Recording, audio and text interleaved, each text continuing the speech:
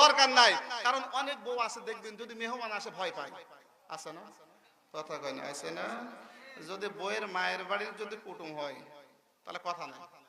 আর যদি বাপের বাড়ির যদি হয়, মানে স্বামীর ঘরের দিকের যদি হয়, এই যে আমি কি তোমার কাজ করার জন্য বিয়ে হয়েছি না তোমার কুটুমদের কাজ করার জন্য বিয়ে হয়েছি? কথা বলেন ঠিক কিনা?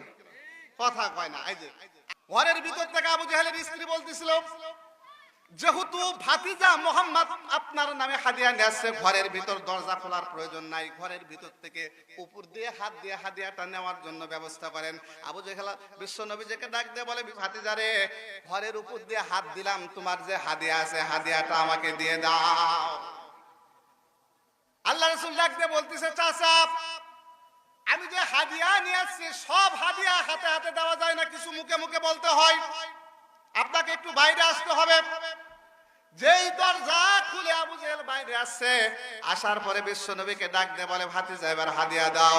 এবার বিশ্বনবী যে বলতেছে, চাচা সব হাদিয়া হাতে হাতে দিই না, কিছু কিছু হাদিয়া মুখে মুখে বলি। জোরে বলেন সুবহানাল্লাহ।